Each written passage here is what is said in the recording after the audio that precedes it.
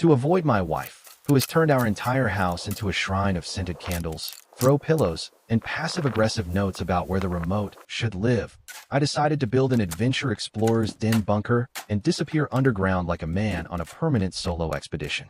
It all started with the foundation.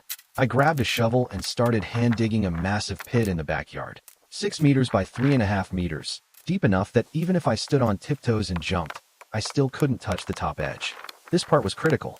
If the base failed, if the walls caved or the floor shifted, the rest was pointless. No epic explorer's hideout, just a very expensive hole and a very angry wife asking why the lawn looks like a war zone. The struggle hit hard around day 4. I was hauling buckets of dirt up a ladder when the handle snapped, the bucket slammed into my shin, and I basically turned into a one-man avalanche. Bruised, limping, covered in soil like I'd been dipped in chocolate and rolled in gravel.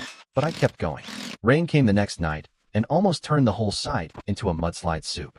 I threw a tarp over it at 2 a.m. like some kind of backyard mad scientist, praying the neighbors wouldn't call the authorities. Once the pit was finally deep and square, I built the main structure piece by piece.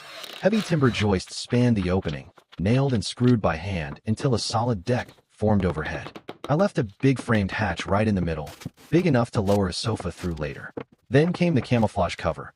Finished panels dropped in, sealed ceiling. It finally felt like a real room, not a coffin, but a secret base camp. The custom feature? A hidden map wall that doubles as storage.